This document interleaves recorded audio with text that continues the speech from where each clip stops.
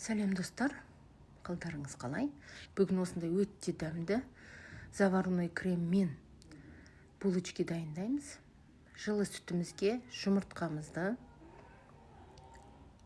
қантымызды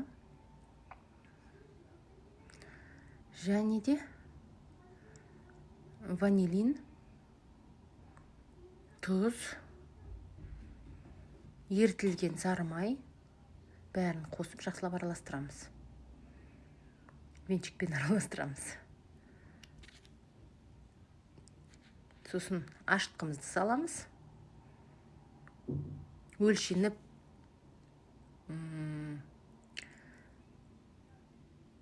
ситадан өткен, сүзгіден өткен ұнымызды саламыз. Бөліп саламыз. Мен бір рет екіге бөліп салдым. Біріншісін салдым, міне екіншісін салып жатырмын. Басында лопатканың көмегімен, одан кейін қолымызбен илейміз. Жұмсақ ұн шығу керек бізде қамыр. Ең соңында сұйық майымызды қосамыз, 2 ас қасық. Жақсылап сұйық май сіңгенше илейміз. Мінекейіңіз ұнымыз дайын. Енді жылы жерге 1 сағатқа көтерілуге қойып қоямыз. Енді заварной кремімізді дайындаймыз. Ол үшін бізге жұмыртқа, қант, түбі қалың ыдыс болу керек, түбі кеп кетпейтіндей, ванилин, кукурузный крахмал саламыз да, жақсылап араластырамыз.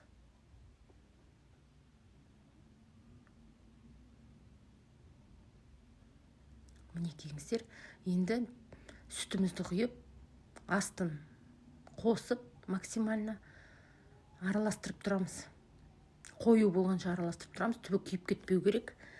Міне креміміз дайын. Енді сары майымызды салып, тағы да жақсылап араластырамыз.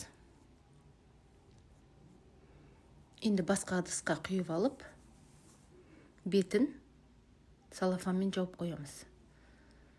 Тез суы үшін және бетіне қабық пайда болмау үшін.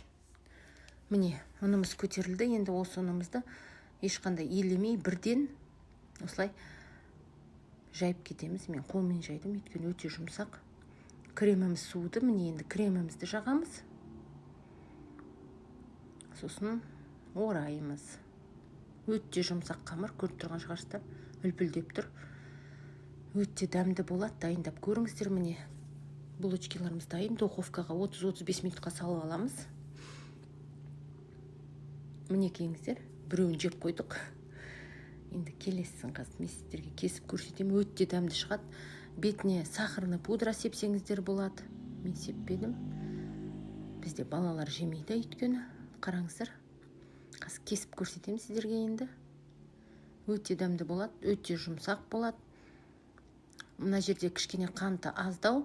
Егер тәттіні жақсы көрсеңіздер, қантын көбейтсеңіздер болады. Осындай өте жұмсақ бәліш шығады. Маған тіркеліп, лайк басып, комментарий жазып, қолдап кетіңіздер. Тағы да қандай видео рецепт түсірейін жазыңыздар. Келесі кездескен